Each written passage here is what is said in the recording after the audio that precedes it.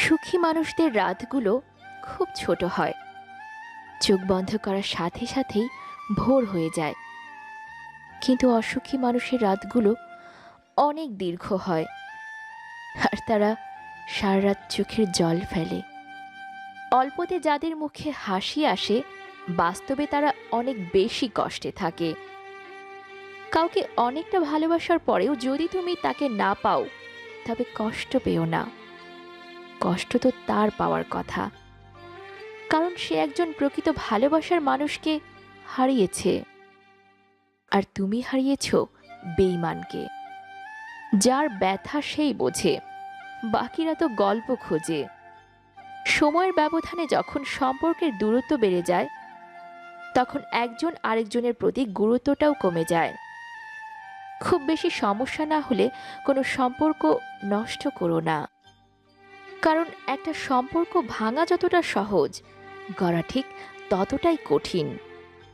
সবাই বলে ভালো থেকো, কিন্তু কেউ ভালো থাকার দায়িত্বটা নেয় না। তুমি কি শুনতে পাও নিশ্চুপ রাতের বোবা কান্না আর একাকিত্বের প্রতিটা দীর্ঘশ্বাস? সময় একদিন ঠিকই বুঝিয়ে দিবে তুমি কাকে খুঁজতে গিয়ে তাকে হারিয়ে ফেলেছ। তুমি হয়তো আমাকে সত্যিই ভালো না বাসো, তবে আমি মরে গেলেও কেঁদো না। তখন মনে করো তুমি মুক্তি পেয়ে গেছো। ঘৃণার পেছনে অনেক সময় ভালোবাসা লুকিয়ে থাকে।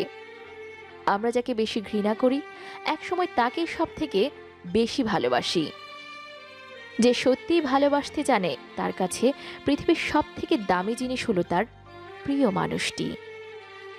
যদি আমার কষ্টগুলোকে কিছুক্ষণের জন্য হলেও তোমাকে দিতে পারতাম, তাহলে বুঝতে এই কষ্টটা কতটা যন্ত্রণার। সব কান্নার আওয়াজ শোনা যায় না, কিছু কান্নার আওয়াজ গোপন থাকাই ভালো। সিঁড়ি বেয়ে নিচে নামতে কষ্ট হয় না, কষ্ট তো হয় ওপরে উঠতে। তাই জীবনের সিঁড়িতে বেশিরভাগ মানুষই অসফল। সাদা পাথর মানেই যেমন হীরা হয় না, ফর্সা মুখ মানেই তেমন মনটা সুন্দর হয় না। খারাপ সময় আসে আবার চলেও যায়, কিন্তু সেই সময় প্রকৃত বন্ধু কারা সেটাও চেনা যায়। আয়নার সামনে দাঁড়ালেই মানুষ যদি তার চরিত্র দেখতে পারত, তবে পৃথিবীর অধিকাংশ মানুষই লজ্জায় ঘৃণায় আত্মহত্যা করত। প্রিয়জনের মুখে হাসি ফোটানোর জন্য যাকে কান্না লুকিয়ে হাসতে হয়, তার মতো হতভাগা পৃথিবীতে আর হয় না। অধিকাংশ সময় মনটা তার জন্যই কাঁদে যাকে জীবনে পাওয়া অসম্ভব। ব্যর্থ হওয়া মানে সবকিছু শেষ নয়, বরং সেখান থেকেই নতুন করে নতুন কিছু শুরু করা।